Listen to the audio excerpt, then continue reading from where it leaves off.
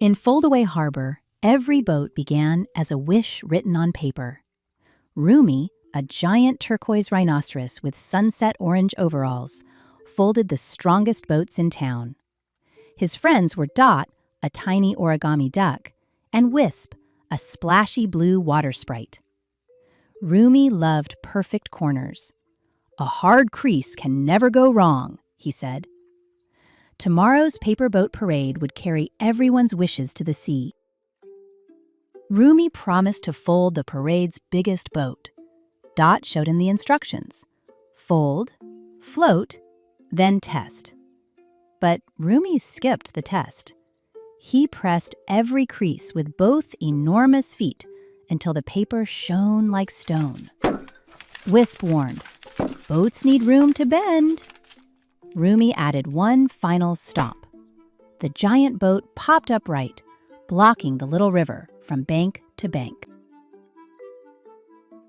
Water bumped the stiff boat and splashed backward.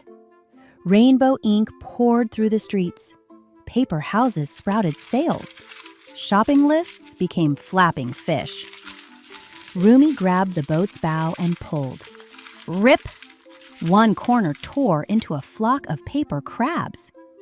He patched it with another hard fold. Boing! The boat grew legs and marched away while the ink river climbed higher. Rumi chased it across flipping paper bridges and curling map hills. His huge feet became trampolines over blue ink waves. Dot called, "Follow the dotted lines." Wisp painted arrows on the water. Rumi rushed past both. He folded a bridge too sharply, and it snapped upright like a wall. The runaway boat bounced toward Hartbridge, where hundreds of tiny parade boats waited below. Rumi jumped between the giant boat and Hartbridge. He pushed with his shoulder, but the stiff hull wedged tighter. Rainbow water lifted the little boats toward the tunnel roof. Dot offered new instructions. Wisp offered a gentle current. Rumi kept pushing until his horn bent the paper. Then he stopped. "My perfect creases caused this," he admitted. "Please help me unfold them." Dot landed on Rumi's nose. "A mistake is not the end of the paper," she said. "Open, listen, refold." Wisp softened each crease with warm mist. Rumi opened the giant boat slowly. Inside were hundreds of festival wishes. Nobody was angry. The villagers read them aloud and held the paper steady. Rumi listened, then repeated the plan. Loosen the hole, shape a sail, and leave room for the river. Open, listen, refold. Rumi lifted one corner while Dot guided the dotted line.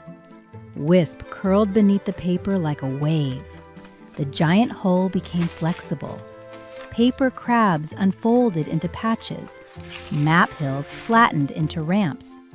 Shopping list fish carried ribbons into place. Every helper changed one small crease, and the river began flowing through Hartbridge again. One torn sheet remained. Rumi almost hit it, but a child's wish was written across the rip.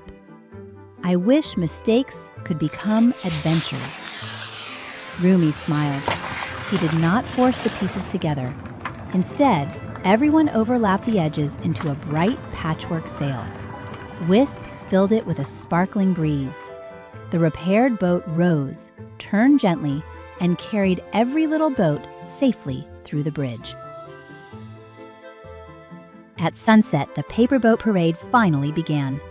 No two boats looked perfect, and every one floated beautifully. Rumi's giant patchwork boat led the way, while Dot danced on its sail, and Wisp painted rainbows behind it. Rumi received a soft, golden folding ribbon printed with 3 words: open, listen, refold. He learned that changing a mistake did not erase the wish. It helped the wish find water. The end.